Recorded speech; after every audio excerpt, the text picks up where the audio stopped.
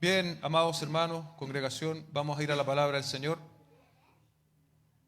Estamos en la predicación número 15 de esta serie a los Filipenses. El nombre de la predicación de hoy es Indicaciones Camino a la Gloria Final. Indicaciones Camino a la Gloria Final. Nuestro texto bíblico se encuentra en Filipenses capítulo 3, versos 17 al 31. Mientras si alguien me puede traer un vaso de agua no helada, lo agradezco. Filipenses capítulo 3, versos 17 al 21. Vamos a dar lectura en el nombre del Señor. Hermanos, sean imitadores míos y observen a los que andan según el ejemplo que tienen en nosotros. Porque muchos andan, como les he dicho muchas veces, y ahora se los digo aún llorando, que son enemigos de la cruz de Cristo, cuyo fin es perdición, cuyo Dios es su apetito y cuya gloria está en su venganza, los cuales piensan solo en las cosas terrenales, porque nuestra ciudadanía está en los cielos, de donde también ansiosamente esperamos un Salvador, el Señor Jesucristo, el cual transformará el cuerpo de nuestro estado de humillación en conformidad al cuerpo de su gloria, por el ejercicio del poder que tiene aún para sujetar todas las cosas a Él mismo. Señor, hemos dado lectura a tu palabra, te pedimos que tú nos puedas hablar a todos y cada uno de los que estamos aquí, Señor. Requerimos de tu alimento, requerimos, Señor, de tu palabra, y te pedimos, Señor, que no exista ningún impedimento para poder recibirlo, Señor, como es debido. Oramos en el nombre de Jesús. Amén y amén. Cuando nosotros vamos a un destino lejano, nos preparamos, ¿cierto? Antiguamente, para la generación millennial, no existía la geolocalización, estos celulares. Entonces, ¿qué hacía uno? Generalmente recurría a las guías amarillas, traían un mapa, cuando era cerca, digamos, qué decir, cuando es lejos. Y entonces veía ahí la referencia, si conocías a alguien que conocía el lugar, pedías también algunas indicaciones, posibles advertencias, algún dato útil para el viaje, en fin. Hoy día simplemente ponemos la dirección en el celular y echamos a andar. Aún así, con todo lo cómodo que es eso, muchas veces hay imprevistos, ¿cierto? Yo soy mandado a hacer para pasarme, a pesar del GPS. Y lo he demostrado en los 2 últimos bautismos, ¿no? He llegado atrasado porque me he pasado. Nos perdemos. Entonces debemos considerar en ese sentido las ayudas, ¿no? Hoy día utilizamos la tecnología, pero estaríamos mejor preparados si tal vez viésemos igual el mapa, consultáramos. Ahora quiero utilizar esta analogía, pero en un destino mucho más importante, ¿no? El destino de nuestra gloria final. Nos falta tránsito aún para llegar hasta allá. Estamos caminando. Debemos considerar, ¿qué cosa? Los mandatos, las advertencias en nuestro caminar. No porque el destino final pueda sufrir frustración, sino más bien porque quien diseñó ese final lo ha ordenado con toda sabiduría y Él quiere que caminemos, ¿cierto?, conforme a su voluntad. Entonces, quiero ojalá fijar esta idea. En nuestro caminar como cristianos debemos imitar la piedad, rechazar la impiedad y anhelar nuestra redención final. El punto número 1 de esta predicación es: sigamos buenos ejemplos. Sigamos buenos ejemplos. En el verso 17 hemos leído: hermanos, sean imitadores míos y observen a los que andan según el ejemplo que tienen en nosotros. Pablo escribe a esta iglesia en Filipos que le imiten. La semana anterior leíamos algo que podría parecer contradictorio en este sentido. En 3:12 leíamos lo siguiente, ¿no? No es porque lo haya alcanzado ya o que ya haya llegado a ser perfecto, sino que sigo adelante a fin de poder alcanzar aquello para lo cual fui alcanzado por Cristo Jesús. ¿Qué quiero decir con esto? Es que Pablo sabe que él no necesita ser una persona perfecta para ser ejemplar. Él sabe que no, de hecho, él sabe que no requiere la perfección para poder, unos versículos más tarde, escribir: imítenme. No quería él tampoco arrogarse una imagen de súper espiritual. Por eso dice: yo no he llegado a ser perfecto aún. Pero Pablo se ofrece como un modelo a imitar a los filipenses. Pues esta misma idea de ser imitado también la señala en otros textos, como 1 Corintios 11:1. Y aquí se nos ofrece un poquito más de complemento también. Dice 1 Corintios 11:1, sean imitadores de mí, como también yo lo soy ¿de quién? De Cristo. ¿Por qué Pablo podía decir imítenme a mí? Porque él tenía cierta objetividad de saber que en muchos aspectos de su vida él era una persona madura y reflejaba el carácter de Cristo. Por eso le dice a los corintios, por eso le dice a los filipenses, imítenme. Y aún a lo largo de la epístola, ¿no?, Filipenses, también encontramos mucho de lo cual nosotros como creyentes hoy podríamos imitar. Por ejemplo, sus prisiones no eran motivo de queja, sino de progreso para el Evangelio, según leemos en Filipenses 1:12. Quiero que sepan, hermanos, que las circunstancias en que me he visto han redundado en un mayor progreso del Evangelio. Entonces, las situaciones adversas vienen a ser para Pablo un verdadero vehículo, no para que el Evangelio retroceda, sino para que el Evangelio avance. La pregunta que tenemos que hacernos nosotros esta mañana, ¿apreciamos de esta manera nuestras dificultades? ¿Nosotros apreciamos de esta manera las injusticias que vivimos, los maltratos que sufrimos en nuestro caminar como creyentes? Porque si toda esa adversidad hace que el Evangelio avance, nosotros debiésemos ser entonces como el apóstol Pablo, debiésemos imitar esa actitud. También el apóstol Pablo mencionó que para él el vivir era Cristo y el morir es ganancia. ¿Cómo se manifestaba ese vivir en Cristo? Filipenses capítulo 1, verso 24 al 25. Recuerde que estamos viendo en qué podemos imitar a Pablo, en qué los filipenses podrían imitar a Pablo. Dice así el texto: sin embargo, continuar en la carne es más necesario por causa de ustedes. Y convencido de esto, sé que permaneceré y continuaré con todos ustedes para su progreso y gozo en la fe. El apóstol tenía una vida invertida en Cristo y su evangelio. ¿Y dónde se hace efectivo eso? En relación al servicio que él estaba dando a iglesias como en Filipos. Su motivación era precisamente, su motivación para seguir en la carne, para seguir vivo, era precisamente que esta iglesia siguiera madurando, siguiera creciendo, que su fe se fuese fortaleciendo aún más. Dentro del gran propósito, ¿cierto?, que Dios nos da como creyentes, que sabemos que es vivir para su gloria, también hay algo específico para cada creyente. De esto no se salva nadie, y es que podamos ser medios de edificación para otros. Amén. El apóstol Pablo lo muestra de manera excelente. Pero también cada uno de nosotros, si somos creyentes, si estamos en la fe, somos llamados y somos equipados con Dios, con un don al menos, para edificar a otros.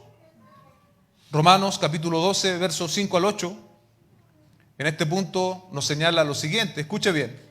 Así que nosotros, que somos muchos, somos un cuerpo en Cristo. Amén. E individualmente miembros los unos de los otros, pero teniendo diferentes dones, según la gracia que nos ha sido dada, esta palabra es importante, usémoslos. Amén. Los dones no son para guardarlos, los dones son para usarse. Si el de profecía, úsese en proporción a la fe. Si el de servicio, en servir. O el que enseña en la enseñanza, el que exhorta en la exhortación, el que da con liberalidad, el que dirige con diligencia, el que muestra misericordia con alegría. Ahí usted tiene algunos de los dones. Hay más descritos en la Biblia, pero aquello que representa edificación para otros hermanos en la fe podríamos distinguirlo como un don. Pablo también nos da ejemplo en que él sabía depender de Dios tanto en la abundancia como en la escasez. Filipenses capítulo 4, verso 12 al 13. Dice así el texto: sé vivir en pobreza y sé vivir en prosperidad. En todo y por todo he aprendido el secreto tanto de estar saciado como de tener hambre, de tener abundancia como de sufrir necesidad. Todo lo puedo en Cristo que me fortalece. Cuando la economía es robusta y cuando nuestra economía está debilitada, tenemos que aprender a depender de Dios y a dar gracias a Dios. Pues incluso en los panoramas más desafiantes que nos podamos encontrar, Dios está ocupándolo como un medio para trabajar en cada uno de nosotros. Amén. E incluso, iglesia, si nosotros abrimos más el Nuevo Testamento, vamos a encontrar algunos ejemplos muy prácticos respecto de la vida del apóstol Pablo. Sería bueno que mientras yo voy describiéndolos, usted piense, ¿no?, en cuánto de esto hay en usted, en cuánto de esto ha logrado aplicar en su vida el Espíritu de Dios. Lo primero a los Corintios 15:10. Pablo nunca se sintió protagonista. Primera de los Corintios 15:10 dice: pero por la gracia de Dios soy lo que soy, y su gracia conmigo no resultó vana, antes bien he trabajado mucho más que todos ellos, aunque no yo, sino la gracia de Dios en mí. Todo el servicio que Pablo hacía lo veía como un producto, como un resultado de la gracia de Dios obrando en su vida. ¿Cómo vemos nosotros nuestros dones? Recordemos que los judaizantes valorizaban las obras en extremo, tanto que ellos decían que era necesario guardar las obras para alcanzar la salvación. Sin embargo, nuestras obras de obediencia, amados hermanos, son solamente evidencia de la gracia del Señor actuando en nuestras vidas. Amén. Todo se lo debemos endosar, todo lo que nosotros hacemos como cosa buena es por la gracia del Señor en nosotros y no por nosotros mismos. El apóstol también fue una persona obediente y no tuvo reparos en obedecer a Dios desde el momento de su conversión. Según leemos en Hechos capítulo 9, versos 3 al 6, dice el texto: y mientras viajaba, al acercarse a Damasco, de repente resplandeció a su alrededor una luz del cielo. Al caer oyó una voz que le decía: Saulo, Saulo, ¿por qué me persigues? ¿Quién eres, Señor?, preguntó Saulo. El Señor respondió: yo soy Jesús, a quien tú persigues. Levántate, entra en la ciudad y se te dirá lo que debes hacer. Acto seguido, Pablo obedece. Amén. Recién convertido, el primer acto que hace el apóstol Pablo fue obedecer. Entonces nosotros, hermanos, a veces pensamos de manera equivocada que podemos estar en Cristo, que podemos ser personas convertidas y aún vivir a nuestros propios propósitos, aún vivir a nuestros propios ideales, aún ser personas que no obedecen y que no tienen una voluntad presta para obedecer al Señor. Más adelante, en Hechos 16, 6, 10, el apóstol Pablo obedece la voz del Espíritu Santo. Ya mucho más encaminado ministerialmente, el texto en Hechos 16, 6, 10 nos dice: pasaron por la región de Frigia y Galacia, habiendo sido impedidos por el Espíritu de hablar la palabra en Asia. ¿Amén? El Espíritu Santo decidió que no era el momento para Asia. Pablo obedece, pero no solo eso, sino que dice: cuando llegaron a Misia, intentaron ir a Bitinia, pero el Espíritu de Jesús no se lo permitió. Entonces, pasando por Misia, descendieron a Troas. Por la noche se le mostró a Pablo una visión. Un hombre de Macedonia estaba de pie, suplicándole: pasa a Macedonia y ayúdanos. Cuando tuvo la visión, enseguida procuramos ir a Macedonia, persuadidos de que Dios nos había llamado para anunciarles el Evangelio. Amén. Debemos, como creyentes, hermanos, procurar la obediencia al Señor, ser sensibles a la voz de Dios. Y también, obviamente, como iglesia local, en ocasiones persistimos en nuestros proyectos personales o congregacionales para finalmente darnos cuenta que solo estábamos siguiendo afanes personales. Amén. Obedezcamos a la palabra de Dios. Obedezcamos lo revelado. Y ciertamente Dios en el camino se va a encargar de ir mostrándonos lo que nosotros no sabemos. Pero muchas veces actuamos de manera temeraria en muchos aspectos de nuestra vida. Y también muchas veces como congregación. El Señor entonces nos ayude a ser personas obedientes a la voluntad revelada de Dios y caminar en esa obediencia. Un aspecto que no se suele resaltar tanto del apóstol Pablo, que también es altamente imitable, es que él era un hombre de trabajo. Amén. No solo de trabajo espiritual, sino que él era un hombre que con sus propias manos construía carpas para sustentarse.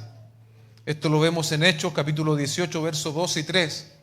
Dice el texto: allí se encontró con un judío que se llamaba Aquila, natural del Ponto, quien acababa de llegar de Italia con Priscila su mujer, pues el emperador Claudio había ordenado a todos los judíos que salieran de Roma. Pablo fue a verlos, y como él era del mismo oficio, se quedó con ellos y trabajaban juntos, pues el oficio de ellos era hacer tiendas de campaña. Quiero decir aquí que todo trabajo bien hecho glorifica al Señor. Y una cita de Lutero dice: el zapatero cristiano cumple con su deber no poniendo cruces en los zapatos, sino haciendo buenos zapatos, porque a Dios le interesa la buena artesanía. ¿Qué es lo que tú haces hoy día? ¿En qué trabajas? Tú debes tratar de hacer lo mejor posible, porque lo estás haciendo para el Señor.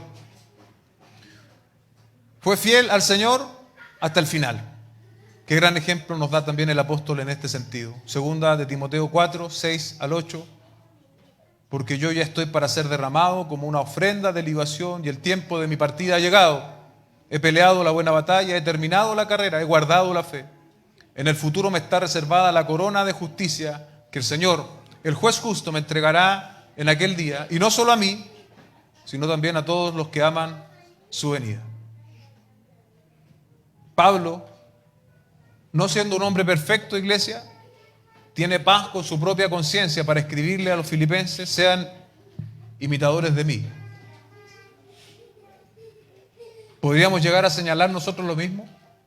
A mirar a otras personas, a otros creyentes, a nuestros hijos, y decirle: sean imitadores de mí. Lo cierto es que se necesitan hombres y mujeres ejemplares en estos tiempos. Un ladrillero puso un anuncio que decía: se necesita un joven. Se presentó luego uno que preguntó: ¿cuánto paga? 10 pesos por semana y alimentos, replicó el hombre. ¿Qué clase de alimentos?, inquirió el muchacho. Bueno, balbuceó el corpulento fabricante con buen humor, son los que yo como. Deme el empleo, se apresuró a decir el joven sonriendo. Y mirando atentamente al hombre gordo. Este cuento parece ser humorístico, pero tiene una gran lección. La apariencia del fabricante de ladrillo fue el mejor anuncio acerca de los alimentos que daba a sus empleados. Si tú y yo rogamos a alguien que llegue a ser cristiano, mirará los resultados que ha hecho el Evangelio en nuestras vidas y dirá: quiero el empleo o no lo quiero. Tenemos nosotros, amados hermanos, un testimonio que haga consistencia y que sea atractivo respecto del Evangelio. Ilustramos con nuestras propias vidas el Evangelio a quienes nos rodean. ¿Sabe quiénes son los ejemplos de los adolescentes y los jóvenes de hoy? A grandes rasgos, los influencers, los cantantes urbanos, los artistas, los actores, actrices. La mayoría de ellos sin ninguna virtud que imitar, digna de imitar, sino por el contrario, por lo menos desde nuestra cosmovisión bíblica. Hacen falta entonces mejores ejemplos que reflejen el carácter de Cristo. Hacen falta hombres y mujeres que puedan mirar a sus hijos, a sus jóvenes, y decirles con propiedad: mira mi ejemplo, mira mi ejemplo. Lo cierto es que esta ejemplaridad no es solo propia del apóstol. Dice el texto: y observen a los que andan según el ejemplo que tienen en nosotros. Pablo dio testimonio de 2 consiervos suyos, ¿los recuerda? Epafrodito y Timoteo. Por eso dice: el ejemplo que han visto en nosotros, es la referencia a estos 2 hombres. Y dentro de la iglesia en Filipos también habían creyentes maduros, de los cuales el apóstol dice que es necesario observar, como nos dice el texto. Quiero decir aquí que el buen testimonio no es cosa de la gente súper espiritual. El buen testimonio es asunto del cristiano. Llegar a ser digno de ser imitado y observado no es una particularidad apostólica.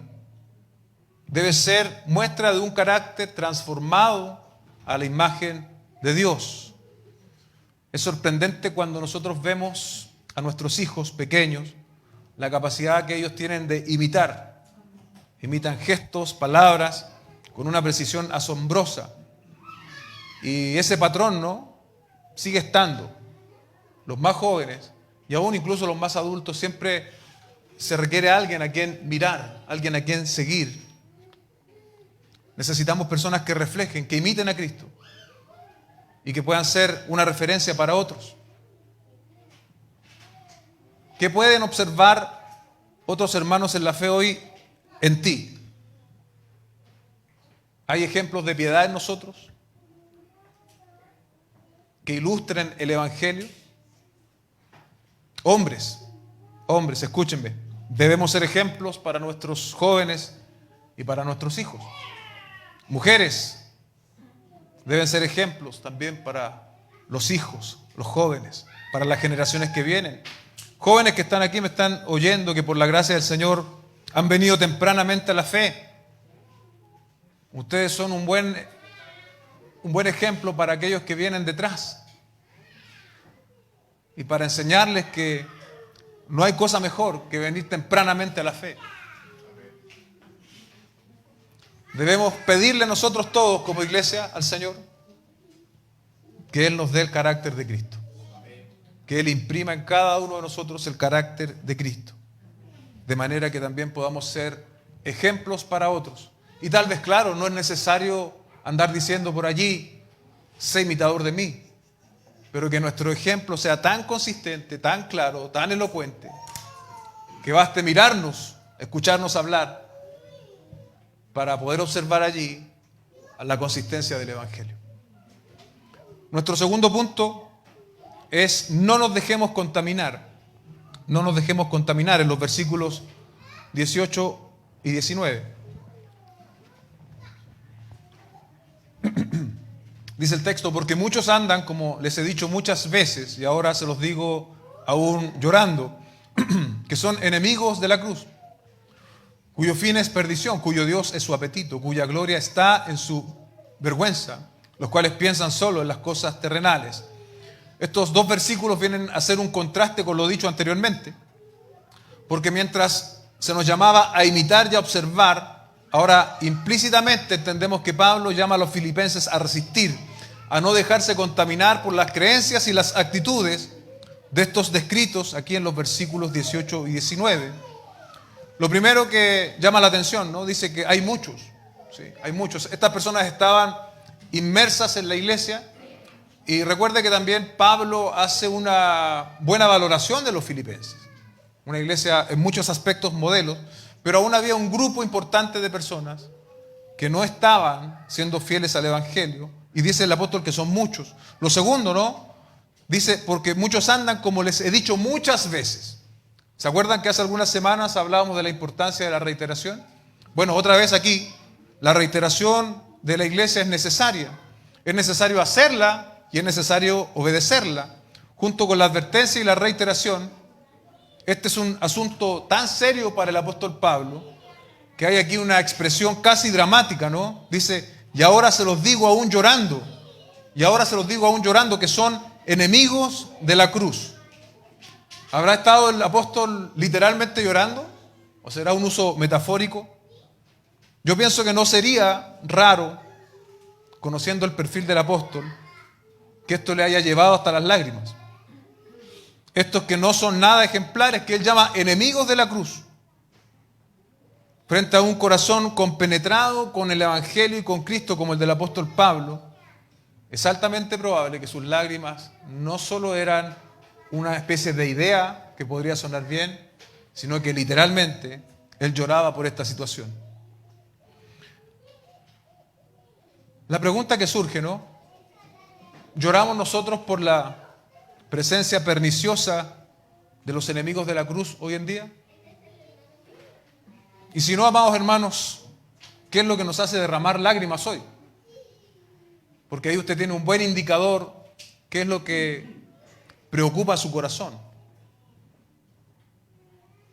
De manera particular, esta alusión a los enemigos de la cruz podría ser un énfasis, otra vez, respecto de los judaizantes. o bien de un grupo distinto, quienes proclamaban una vida hacia el libertinaje. Me parece a mí que en función de lo que el texto dice y en función de lo que pude estudiar, es que más bien corresponde a este segundo tipo de falsos maestros, no precisamente los judaizantes, sino que a algunos que estaban convirtiendo la libertad en libertinaje, una corriente probablemente de tipo gnóstica, es lo que muchos dicen.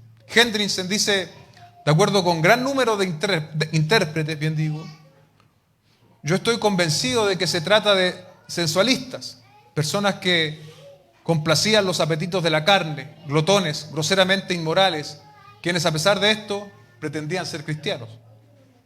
Con verdad se ha dicho, iglesia, que nosotros los seres humanos somos pendulares, es decir, pasamos de un extremo a otro sin ningún tipo de escala. En ese sentido, Pablo ya nos había advertido respecto de los judaizantes, ¿no? Y ahora está haciendo transición a otra amenaza, quienes transformaban la libertad en libertinaje. Otra vez Hendrickson dice, la pecaminosa naturaleza humana es propensa a saltar de un extremo a otro. Apenas ha llegado la persona a darse cuenta de que no debe someterse otra vez al yugo judaizante de esclavitud, cuando se empieza a usar su libertad como una oportunidad para la carne. La cruz aquí, hermanos, estos enemigos de la cruz viene a representar la obra consumada del Señor Jesucristo. Por eso la sentida expresión del apóstol Pablo. Hemos hablado de los enemigos de la cruz. ¿Se da cuenta, iglesia, la constancia que hay respecto de los falsos maestros? Prácticamente por todo el Nuevo Testamento. Es un tema recurrente. Y algunos se molestan cuando uno tiene tanto énfasis o cuando uno lo vuelve a predicar, pero cuando predicamos expositivamente, predicamos lo que el texto nos va diciendo y no lo que nosotros queremos decir. Dicho esto, los enemigos de la cruz son desde dentro y desde fuera de las iglesias. Desde fuera las corrientes ideológicas, ¿no? Financiadas por grandes multinacionales que manejan los medios de comunicación y son patrocinadas por los gobiernos progresistas. Para ellos, el Dios de la Biblia es un enemigo que tienen que eliminar para que su agenda pueda seguir avanzando. Ese es un tipo de enemigo de la cruz. Pero también internamente, dentro de la iglesia también hay falsos maestros que de una u otra forma pervierten el evangelio porque hacen de la escritura algo relativo. Bueno, dicen ellos, yo creo en los evangelios, pero no creo que los milagros que se describen allí hayan sido literalmente milagros. Otros podrán decir, bueno, tú para ser salvo tienes que repetir esta oración y venir religiosamente a los 6 de los 7 servicios que tenemos en la semana, dar tus diezmos, obedecer ciegamente al pastor y así vas a poder mantener tu salvación. Una actualización de la corriente judaizante, ¿no? Dicho esto, y para hacer el contrapeso de lo que dije recién, no es que no tengamos que hacer ese tipo de cosas, no es extremo obviamente, pero sí tenemos que ser personas comprometidas con la iglesia de Cristo, pero desde la gracia y entendiendo que todo lo que yo haga por el Señor no es un argumento para mantener ni para ganar mi salvación. Debemos advertir entonces contra los enemigos de la cruz cuantas veces sea necesario. Y pidámosle también al Señor este sentir que tuvo el apóstol Pablo, hasta las lágrimas,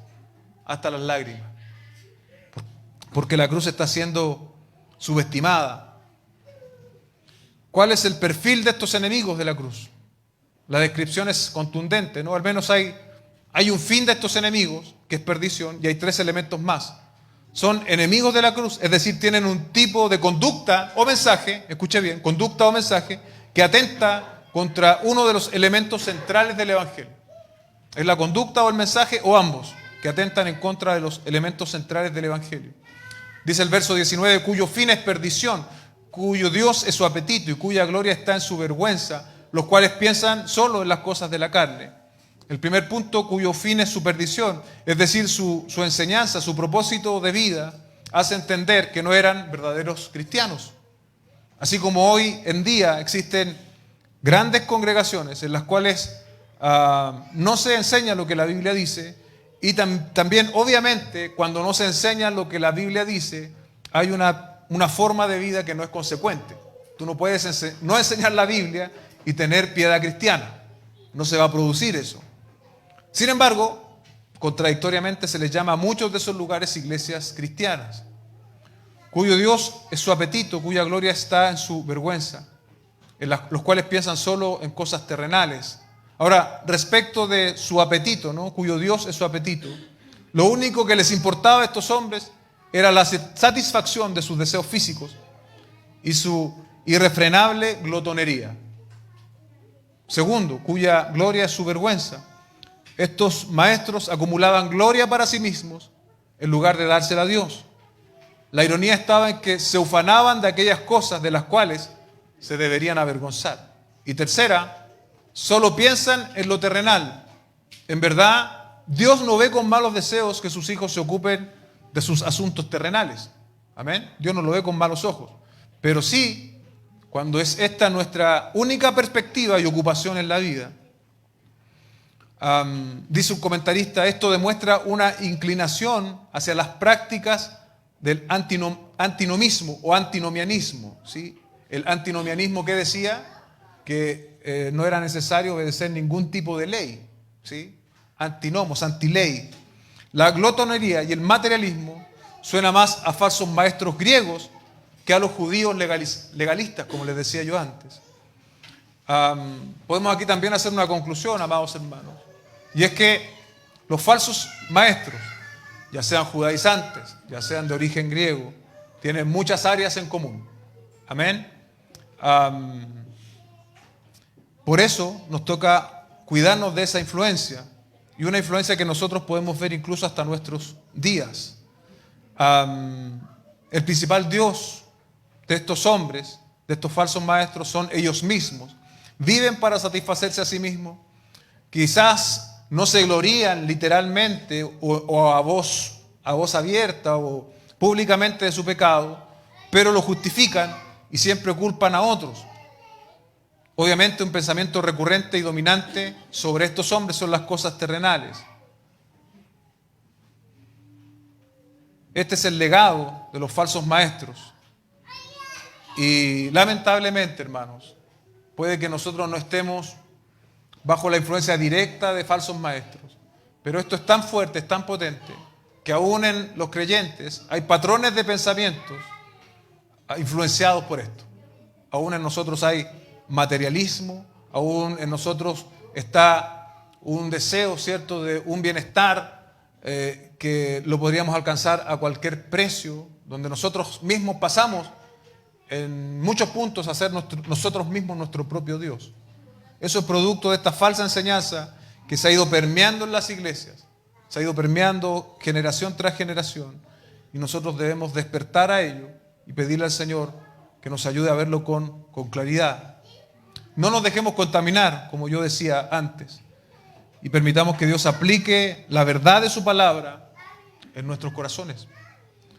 Tercer punto y último, nuestra esperanza, nuestro destino final.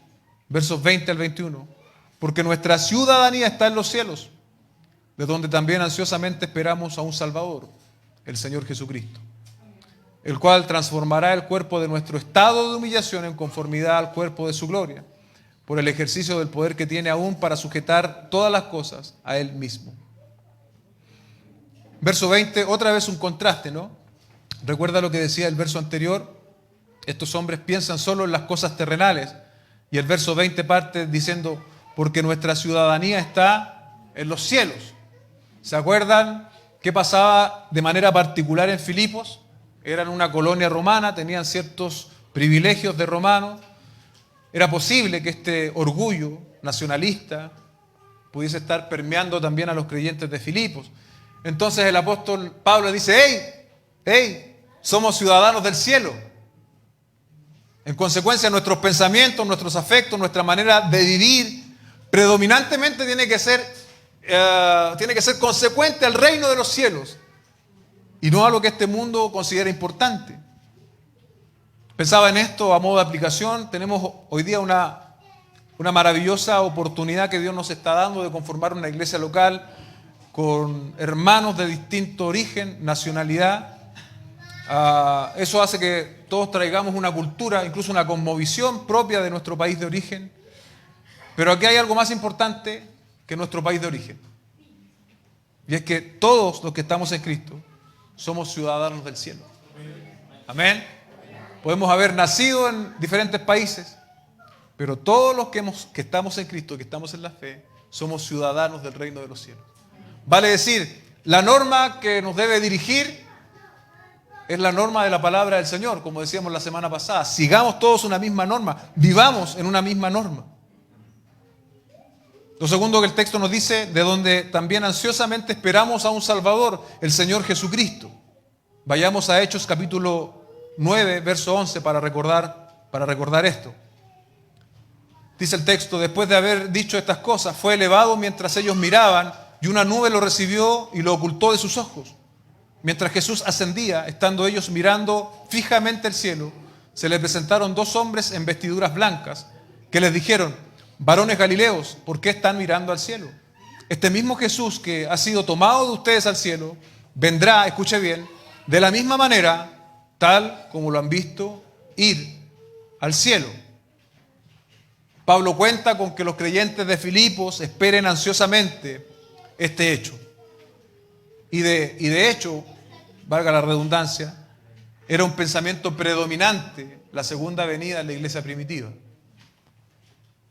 En medio de tantas distracciones, preocupaciones, conflictos, el retorno de nuestro Salvador es una promesa, pero ha sido una promesa en la cual creemos, pero cuyo cumplimiento no lo vemos como algo inminente, como algo cercano. Podríamos decir que en su mayoría, tal vez puede haber excepciones entre nosotros, en su mayoría no estamos esperando ansiosamente la venida de nuestro Señor. ¿Y cómo podemos remediar eso? Debemos traer de vuelta nuestros pensamientos a la venida de Cristo. Nuestros pensamientos requieren ser estimulados, alimentados en ese sentido de las promesas eternas. ¿Usted sabe que todo lo que consumimos nos afecta? Piensa en esto, las industrias del marketing lo saben. Las grandes compañías están dispuestas a pagar millones de dólares incluso por un minuto de publicidad. Por un minuto de publicidad. Todo lo que nosotros vemos, consumimos es importante. ¿Qué tenemos que hacer para traer de vuelta a nuestras vidas cotidianas respecto de la segunda venida del Señor? Saturarnos de la verdad. Saturarnos de la verdad de Dios y de sus promesas. Que se nos haga un hábito hasta que lleguemos al punto de anhelar ansiosamente la venida del Señor. Dice el texto, de donde también ansiosamente esperamos a un Salvador, el Señor Jesucristo. Él es tanto nuestro Salvador, nos rescata de la ira de Dios, del juicio de Dios a través de su obra completa, pero inseparablemente también es nuestro Señor. Es decir, nuestra voluntad está rendida delante de Él. Amén. Ya no vivimos para nosotros mismos, ya no vivimos para nuestros deseos.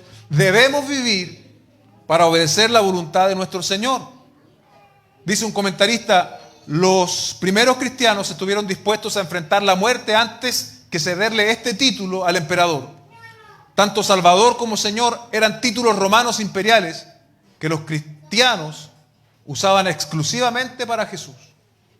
Amén. Dice el verso 21, el cual transformará el cuerpo de nuestro estado de humillación en conformidad al cuerpo de su gloria, por el ejercicio del poder que tiene aún para sujetar todas las cosas a Él mismo. ¿Cuál es este cuerpo de nuestro estado de humillación? Lo estamos viviendo ahora mismo. Ese es tu estado, este es mi estado de humillación actual. Un cuerpo que se va envejeciendo. Un cuerpo que se va desgastando. Un cuerpo que se va enfermando.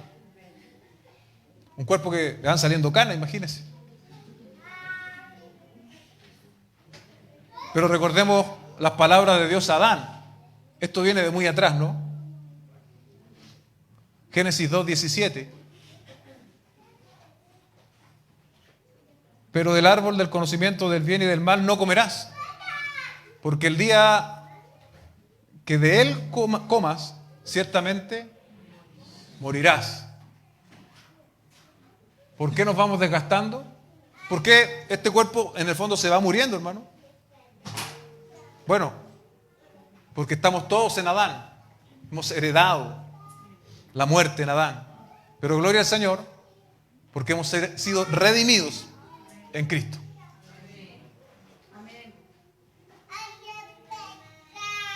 ¿Qué va a pasar con este cuerpo de estado de humillación? Dice el texto, el cual transformará el cuerpo de nuestro estado de humillación en conformidad al cuerpo de su gloria. El Señor hará una obra, y esa obra de la cual estamos hablando, ya casi al terminar este sermón, es la glorificación de nuestros cuerpos. El apóstol Juan, en 1 de Juan 3:2, dice lo siguiente: amados, ahora somos hijos de Dios, y aún no se ha manifestado lo que habremos de ser, pero sabemos que cuando Cristo se manifieste, escuche bien, seremos semejantes a Él, porque lo veremos como Él es. Amén. Primera a los Tesalonicenses 4, 16, 17.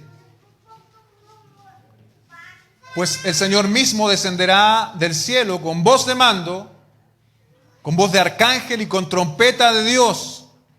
Y los muertos en Cristo se levantarán primero. Amén. Entonces nosotros, los que estamos vivos y que permanezcamos, seremos arrebatados juntamente con ellos en las nubes al encuentro del Señor en el aire, y estaremos con el Señor para siempre. Todos los cristianos recibirán cuerpos glorificados como el de Cristo.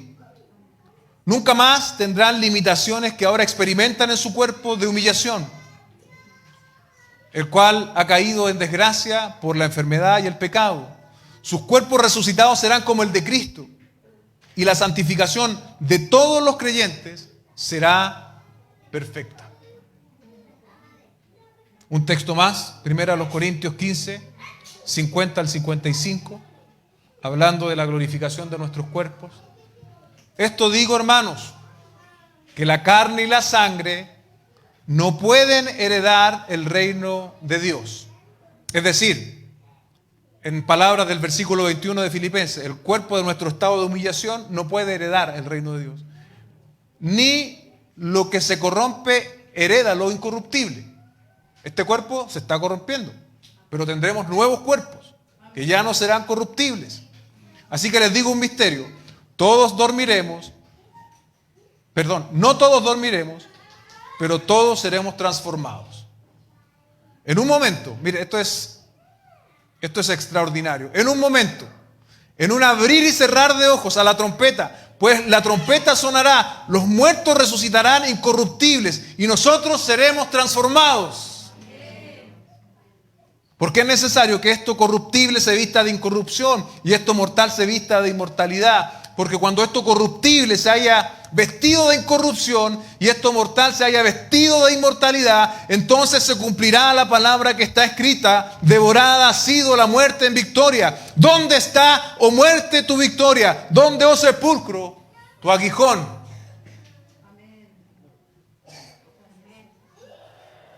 Sabemos mucho sobre nuestra glorificación.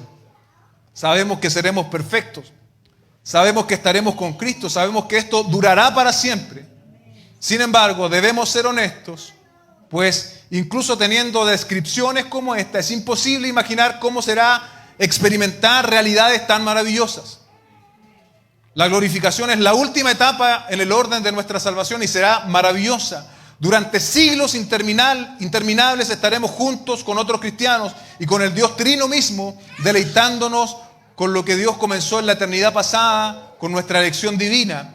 Disfrutaremos para siempre de las bendiciones de la regeneración, de la justificación, de la santificación total y la santidad en un cuerpo glorificado, completamente restaurados de los efectos de la caída y sin debilidad que actualmente conocemos.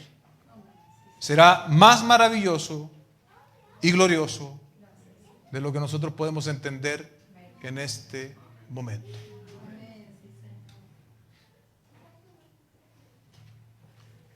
Un texto más, solo para que usted tenga confianza que esto es seguro. Romanos 8:30. Romanos 8:30. A los que predestinó, a esos también llamó. A los que llamó, a esos también justificó. A los que justificó, a esos también glorificó. ¿Se da cuenta de la secuencia del texto? La glorificación desde la perspectiva de Dios es algo que ya ocurrió. Punto número 1. Y punto número 2. Todos los que entran aquí, no es posible que se pierdan en el camino. Los mismos que el Señor predestinó, que llamó, que justificó, son los mismos que también Él va a glorificar finalmente. ¿Cómo es posible esto? Bueno, para nosotros es imposible, hermanos. Todo lo que hemos descrito respecto de la glorificación es imposible. Aún la ciencia más avanzada de hoy está luchando por traer vida y van a seguir luchando, van a seguir intentándolo. Estamos hablando aquí de milagros cósmicos, ¿sí? Vamos a compartir algo el miércoles respecto de esto. Pero ¿cómo es posible? Al final del texto dice, por el ejercicio del poder que tiene aún para sujetar todas las cosas a Él mismo. Es posible por el poder de nuestro Salvador, de nuestro Señor Jesucristo.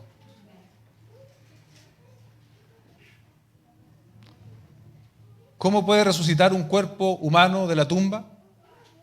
La razón se revela ante cualquier idea de una resurrección literal de los cuerpos. Sin embargo, tenemos que creer en la palabra inspirada que lo afirma. No comprendemos cómo una semilla desnuda y arrugada puede germinar hasta constituir una asombrosa planta nueva, pero sucede constantemente. Dios nos creó, no tendrá problema alguno para darnos un cuerpo espiritual.